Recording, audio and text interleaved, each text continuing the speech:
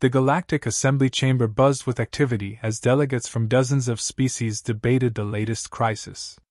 The room, an awe-inspiring dome of shimmering lights and floating platforms, reflected the pinnacle of galactic diplomacy. Yet, the atmosphere was tense, crackling with animosity and distrust. At the heart of the uproar stood two opposing factions: the Krelk Alliance, a militaristic coalition known for its aggressive expansion, and the human delegation, newly seated at the Assembly and already at odds with the galaxy's most powerful bloc. Ambassador Elena Torres of Earth stood tall and resolute on her platform, her sharp features framed by the soft glow of the holographic interface before her. Beside her, Commander Jacob Hale, Earth's military attaché, radiated quiet intensity, his uniform pristine and his posture rigid. Their presence was a stark contrast to the towering, insected form of Rekthal, the Krelk Alliance's representative. His segmented eyes gleamed with malice as he pointed a clawed appendage toward the human delegation. "Humans," Rekthal hissed, his voice amplified by the chamber's acoustics, "are a blight upon the galaxy. Your species dares to claim a seat in this assembly, yet you refuse to pay tribute, to acknowledge our supremacy. Such insolence cannot stand." Elena's lips tightened into a thin line. She had prepared for hostility, but the Krelk's arrogance was grating. "Ambassador Rekthal," she began, her voice calm but firm, "Earth joined the Galactic Concord under the principles of mutual respect and cooperation. We are not here to bow to your demands or to fund your conquests." The chamber erupted into murmurs and clicks, the gathered species divided in their reactions. Some nodded in approval, impressed by the humans' defiance. Others recoiled, wary of the Krelk's inevitable retaliation. Rekthal's mandibles clicked in amusement. "Defiance suits you poorly, human. Do you truly believe your backwater world can withstand the might of the Krelk Alliance? We have crushed species far more advanced than yours." Commander Hale stepped forward, his piercing gaze meeting Rekthal's multifaceted eyes. "You may find Earth harder to crush than you think." The chamber grew silent as the tension escalated. Rekthal's laughter echoed, a sound like grinding glass. "Then let us see what your world is made of. We demand a declaration of tribute within one planetary cycle. Refuse, and you invite war." Elena's jaw tightened. "Earth will not be intimidated by bullies, Ambassador. If it's war you want, you'll find humanity more than capable of meeting the challenge." The assembly descended into chaos as delegates scrambled to align themselves with one side or the other. Elena turned to Hale, her voice low. "This is escalating faster than we expected." Hale nodded grimly. "The Krelk think they can scare us into submission. They don't understand what they're dealing with." Back in their quarters, the human delegation convened to discuss their next move. Scientists, strategists, and diplomats gathered around a holographic table displaying a map of the galaxy.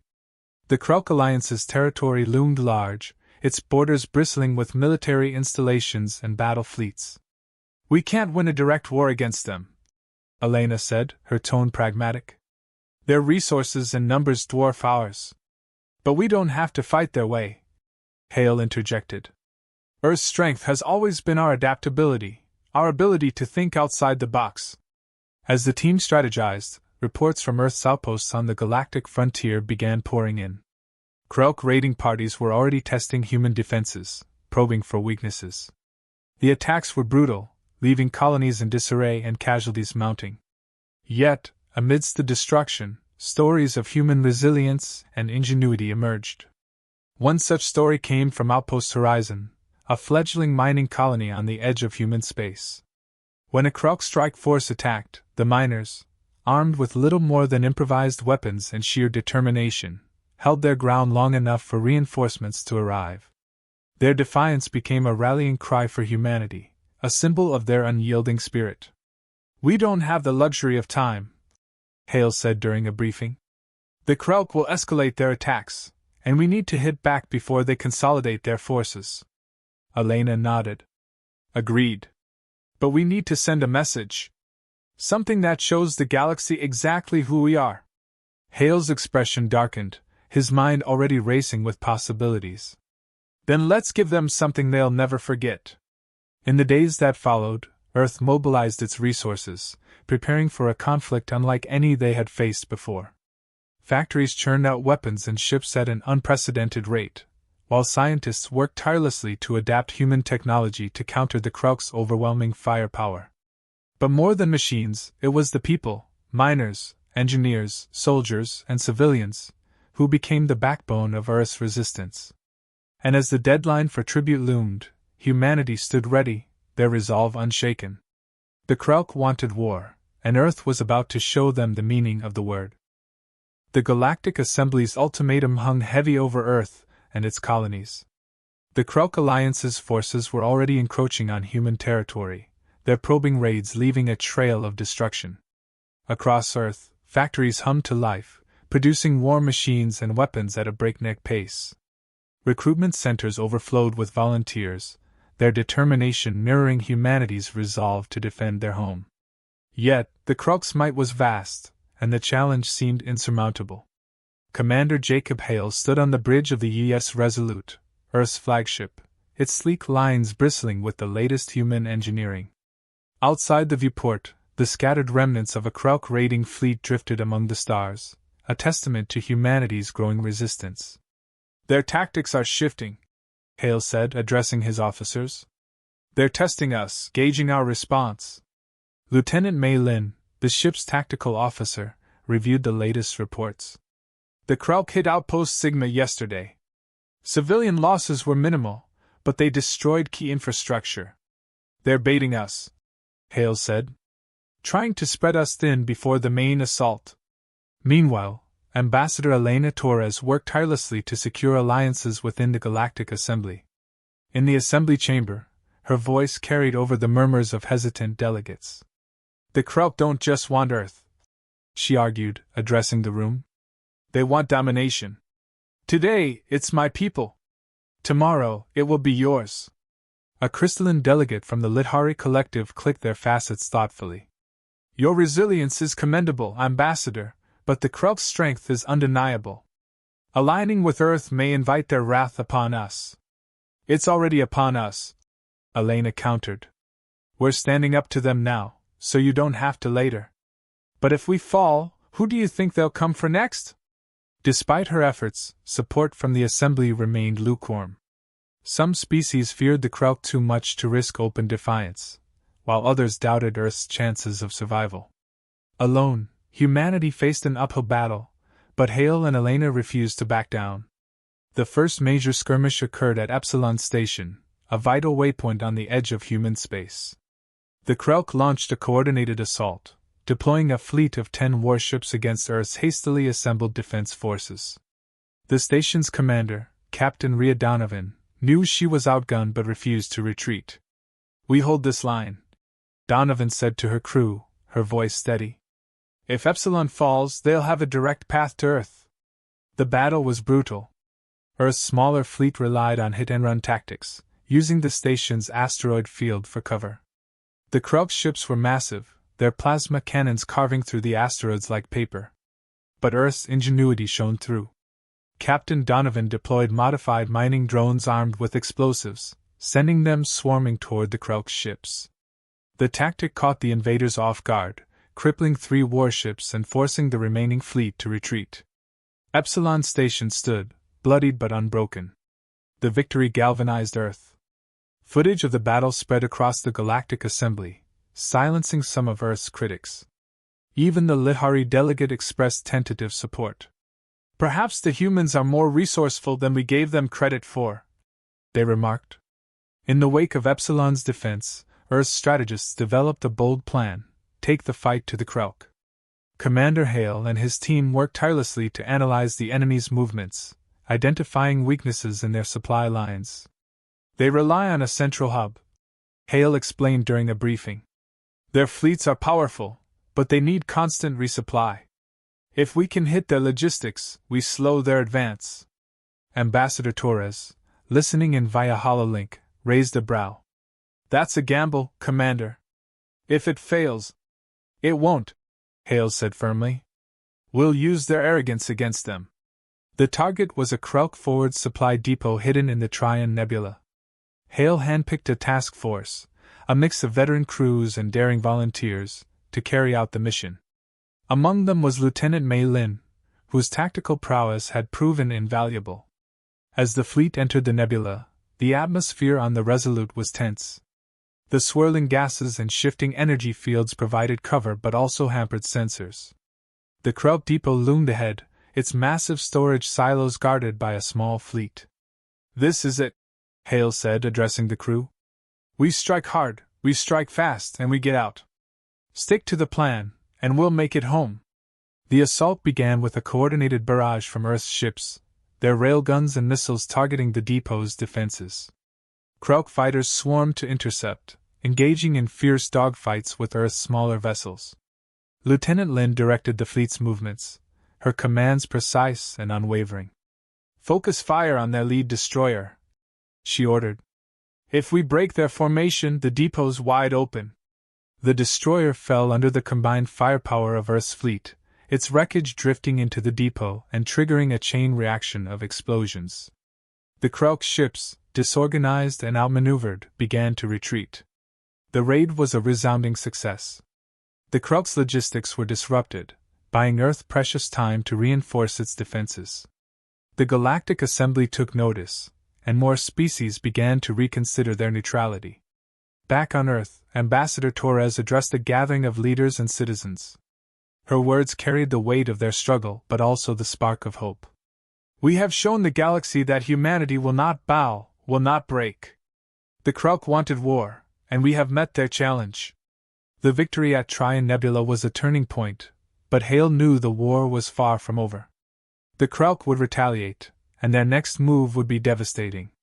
But Earth had proven it could stand, and that was enough to fuel their resolve. The Krelk had underestimated humanity, and they were about to learn what it truly meant to challenge Earth.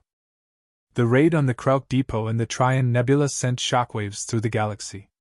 For the first time, a smaller, less advanced force had not only stood up to the Krelk alliance, but had dealt a significant blow to their war machine. Across Earth and its colonies, the victory sparked a surge of morale, but the leadership knew that the fight was far from over.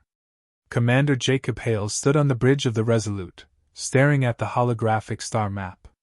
Bright red markers indicated the Krelk fleet movements, converging toward a single point, Earth. "They're coming," Hale said grimly, addressing his officers. "The raid slowed them down, but now they're doubling down. They want to make an example of us." Lieutenant Mei Lin leaned over the console, analyzing the data. "We've got maybe a week before their main fleet reaches our defensive line. And they're bringing everything they've got." Hale nodded. "Then we make this week count." In the underground command center on Earth, Ambassador Elena Torres coordinated efforts with planetary leaders and military strategists. The room buzzed with activity as holographic displays projected Earth's defenses, orbital platforms, shipyards churning out warships, and ground forces preparing for an invasion.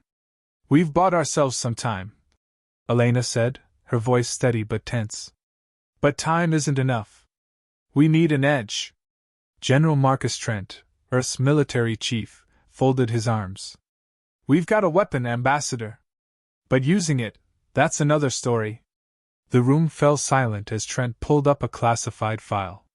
The hologram displayed a sleek, black ship, the Horizon's Wrath, Earth's first prototype stealth battleship, equipped with experimental cloaking technology and an array of advanced weaponry. "It's untested," Trent said. "But it's our best shot at turning the tide." Elena's eyes narrowed. "What's the plan?" The plan was ambitious, risky, and utterly human. The Horizon's Wrath, with a skeleton crew of elite personnel, would infiltrate the Krelk fleet and strike their flagship, the Sovereign Maw, a monstrous vessel that served as both command hub and symbol of Krelk supremacy. Taking it out would throw their forces into disarray. Commander Hale volunteered to lead the mission, his reputation for audacity and ingenuity making him the natural choice. Lieutenant Mei Lin insisted on joining him, her tactical expertise crucial for navigating the mission's complexities. "This is suicide," Lin said as they reviewed the mission briefing. "But it's the kind of suicide that just might work." Hale grinned. "That's the spirit. The Horizon's Wrath departed Earth under the cover of darkness, its cloaking system rendering it invisible to even the most advanced scanners. The ship was a marvel of human engineering, sleek and deadly, its black hull absorbing light and radar alike. Inside, the atmosphere was tense but focused, the crew's determination palpable. As they approached the Kruk fleet, Lin monitored the sensor readouts. Cloaking field holding steady. They haven't spotted us. Let's keep it that way, Hale said, guiding the ship toward the heart of the enemy formation. The Sovereign Maw loomed ahead, a behemoth bristling with weapons and surrounded by an escort of smaller warships. The first hurdle was breaching the fleet's perimeter. The Horizon's Wrath slipped past patrols and automated defenses, its stealth systems outpacing even the Kruk's advanced technology. Inside the ship, the crew moved with quiet efficiency, every action calculated and deliberate. "We're in position," Lin said, her fingers flying over the console. "Targeting their shield generator. Prepare the ion disruptor," Hale ordered. "We've got one shot at this." The Horizon's Wrath unleashed a silent, concentrated burst of ion energy, striking the Sovereign Maw's shield generator. The massive ship's shields flickered, then collapsed, leaving it vulnerable. "Shields are down," Lin reported. "Time to move," Hale said. "Fire the disruptor cannons." The Horizon's Wrath fired its experimental disruptor cannons, targeting the Sovereign Maw's weapon systems. Explosions rippled across the flagship's surface, disabling several turrets and forcing the Kruk fleet into disarray. Alarms blared as the enemy scrambled to respond, their confusion evident in the chaotic movement of their ships. But the Kruk weren't entirely unprepared. Several destroyers broke off from the fleet, converging on the Horizon's Wrath. Lin's voice was sharp. "Incoming hostiles. They've got us in their sights." Hale gritted his teeth. "Engage the cloaking field and prepare evasive maneuvers." "We're not done yet." The Horizon's Wrath danced through the enemy fleet, its agility and stealth keeping it one step ahead of the pursuing ships. Lin directed the ship's defenses, launching countermeasures and precision strikes to buy them time. "We need to take out their command bridge," Hale said. "That'll cripple their ability to coordinate." The crew worked with relentless focus, targeting the Sovereign Maw's command bridge with surgical precision. The disruptor cannons fired again, and a massive explosion tore through the flagship's upper decks. The Kruk fleet's movements faltered, their formation breaking apart as confusion spread. Back on the Resolute, Earth's fleet received the signal. The Horizon's Wrath had succeeded. General Trent wasted no time. "All units, engage! Hit them while they're vulnerable!" Earth's ships surged forward, unleashing a barrage of firepower on the disorganized Kruk fleet. The battle that followed was fierce, but the humans fought with a ferocity born of desperation and determination. The Horizon's Wrath, though damaged, continued its assault, targeting key ships and providing critical support to the fleet. Hale and Lin worked tirelessly, their resolve unshaken despite the odds. As the battle raged, the Kruk fleet began to retreat, their flagship crippled and their forces unable to recover. Cheers erupted across Earth's fleet as the tide of the battle turned in their favor. On the Horizon's Wrath, Hale slumped into his chair, exhaustion etched into his features. Lin looked over at him, a faint smile on her face. "We did it." "Not yet," Hale said, his voice firm. "But we've given them something to think about." The battle was a turning point, a testament to humanity's ingenuity and refusal to back down. But Hale and his crew knew the war was far from over. The Kruk would return, stronger and more determined than ever. And when they did, humanity would be ready. The battlefield lay quiet as the wreckage of the Kruk fleet drifted through the void, the faint glow of burning ships casting eerie shadows across the darkness. Earth's forces had achieved what many in the galaxy deemed impossible. They had crippled the might of the Kruk alliance in open battle. Yet, even as the cheers of victory echoed across the calm channels, Commander Jacob Hale and Ambassador Elena Torres knew this was only the beginning.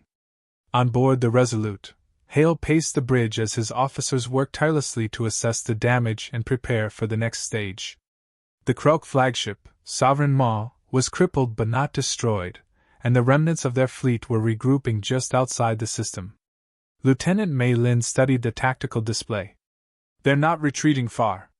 This isn't over." Hale nodded. "They're regrouping for a counter-strike. We've bought time, but they're not going to let this go unanswered." A communication link opened, and Elena Torres' voice filled the bridge. "Commander Hale, congratulations are in order, but we need to solidify our position. The Assembly is watching this closely. If we show weakness now, we'll lose any chance of turning them to our side." Hale's jaw tightened. "Understood, Ambassador. We'll make sure the Kruk know Earth isn't just surviving, we're winning." The Kruk fleet, though battered, had regrouped under the command of a brutal warlord named Karvek-san. His reputation as a relentless and unforgiving leader had struck fear into many galactic species, and his anger at the loss was palpable. On board his new flagship, Karvek snarled at his officers. "The humans have dared to humiliate us. Their primitive tactics may have worked once, but they will not prevail again. Prepare the fleet for a full assault. No mercy." The Kruk's new strategy was clear: overwhelm Earth with sheer numbers and wipe them from the galactic stage. But humanity, as always, had a way of turning the tables. Back on Earth, Ambassador Torres stood before the Galactic Assembly. The room, still divided in its loyalties, watched as she addressed the delegates with a fiery conviction. "We've proven that humanity is not to be underestimated," she said, her voice carrying across the chamber. "The Kruk thought they could intimidate us into submission. Instead, we've shown them the cost of their arrogance. But this war isn't just about Earth. It's about every species in this assembly. Today, it's our world under threat. Tomorrow, it could be yours." The Lithari delegate clicked its crystalline facets thoughtfully. "Your resilience is impressive, Ambassador. But can you truly hold against the Kruk's full might?" Torres smiled faintly. "We don't need to hold forever. We just need to make them regret ever thinking we were weak." As Earth's forces prepared for the inevitable counterstrike, Hale and his team devised a plan to deliver a final, crippling blow to the Kruk. The strategy was ambitious: lure the Kruk fleet into a trap near a binary star system and use the gravitational forces and radiation to their advantage. "It's risky," Lin said, studying the schematics. "If the timing's even slightly off, we'll make it work," Hale said. "This isn't just about surviving. It's about showing the galaxy that we can fight smarter and harder than anyone." The fleet moved into position, Earth's remaining ships taking up defensive formations near the edge of the binary system. The Kruk fleet, driven by fury and pride, took the bait, surging into the system with reckless aggression. The battle began with a ferocity unmatched by any previous engagement. The Kruk ships unleashed a relentless barrage, their plasma cannons carving through Earth's defenses. But humanity had prepared for this. Using the gravitational pull of the binary stars, Earth's ships executed precision maneuvers that forced the Kruk fleet into chaotic patterns. Railguns fired tungsten rounds that tore through Kruk hulls, while coordinated missile strikes targeted their engines and weapons systems. Amidst the chaos, the Horizon's Wrath, still battle-scarred from its previous mission, executed a daring maneuver. Cloaking itself, it slipped behind the Kruk lines and delivered a devastating strike to their command ship, severing communication across their fleet. On board the Resolute, Hale watched as the Kruk fleet began to falter. "This is it," he said. "Push forward. Don't give them a chance to regroup." Earth's ships surged ahead, their crews fighting with relentless determination. The Kruk, disorganized and demoralized, began to retreat toward the unstable center of the binary system. "We've got them," Lin said, her voice triumphant.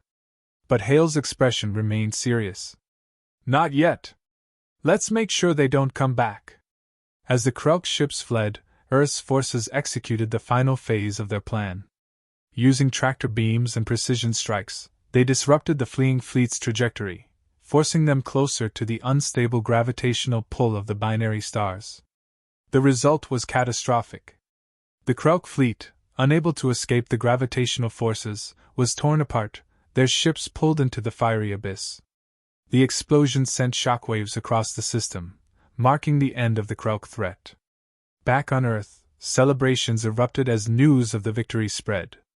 The Galactic Assembly, once divided, now looked to humanity with a mixture of respect and fear. Even the Litari delegate, once skeptical, offered a formal endorsement. "Humanity has proven its worth," the delegate said. "Your strength and ingenuity are undeniable." In the assembly chamber, Elena Torres stood tall, her voice calm but resolute. "This war was never about proving ourselves. It was about survival. And if there's one thing humanity knows, it's how to survive." On the Resolute, Hale and Lynn shared a moment of quiet reflection. The war had taken its toll, but the victory was undeniable. "Think they'll leave us alone now?" Lynn asked. Hale smirked. "If they don't, they'll know what's waiting for them." Earth had not just survived, it had thrived under pressure, turning the tide against one of the galaxy's most feared powers. And in doing so, humanity had sent a clear message to the stars: challenge us at your peril.